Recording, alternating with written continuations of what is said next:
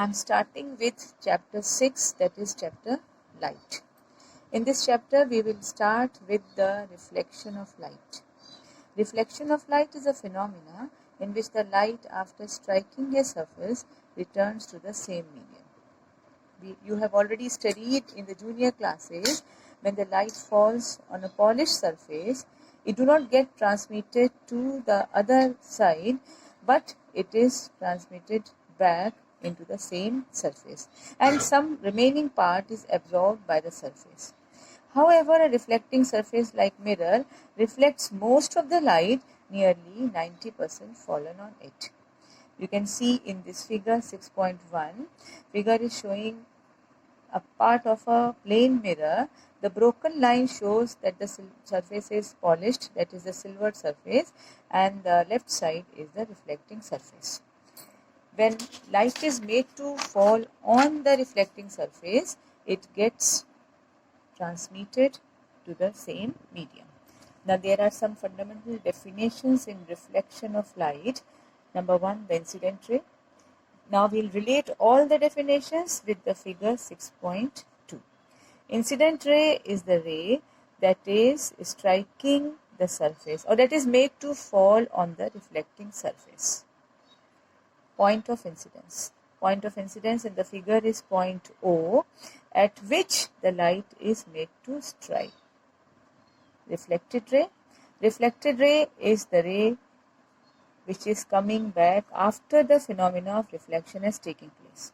Now we can clearly see in this figure the arrowhead of the incident ray is pointing downwards towards the point O, and the arrowhead of the reflected ray is pointing from O towards B, because AO is the incident ray moving towards the reflecting surface, and OB is the reflected ray which is returning back into the same medium.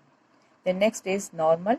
Normal is the perpendicular drawn at the point of incidence on the reflecting surface, that is the dotted lines is showing the normal, and it is denoted by NO. Normal is perpendicular, means normal always makes an angle of 90 degree with the surface. So angle NOP and angle NOQ both are 90 each. Next is angle of incidence. The angle between the incident ray and the normal is called angle of incidence, and it is denoted by angle I. Then angle of reflection. Angle of reflection is denoted by angle R, that is the angle between the normal and the reflected ray.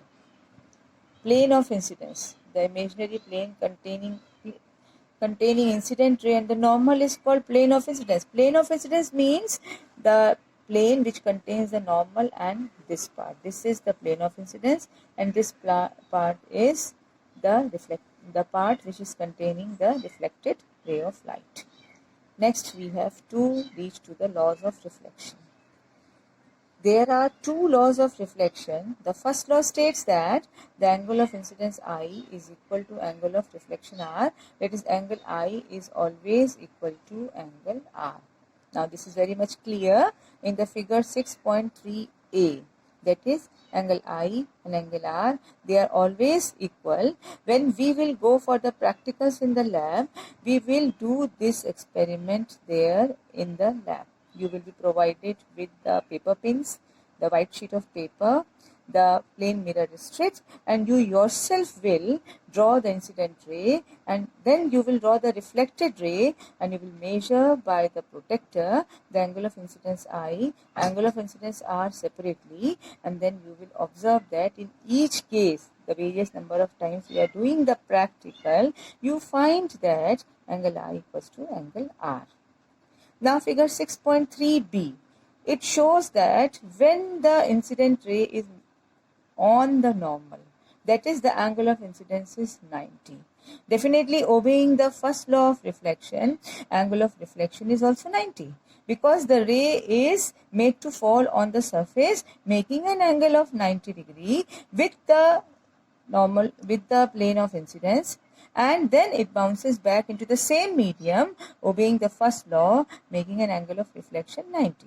So in this case angle I equals to angle R equals to 0 degree, because angle I is the angle between normal and the incident ray, and angle R is the angle between normal and the reflected ray. It's clear now?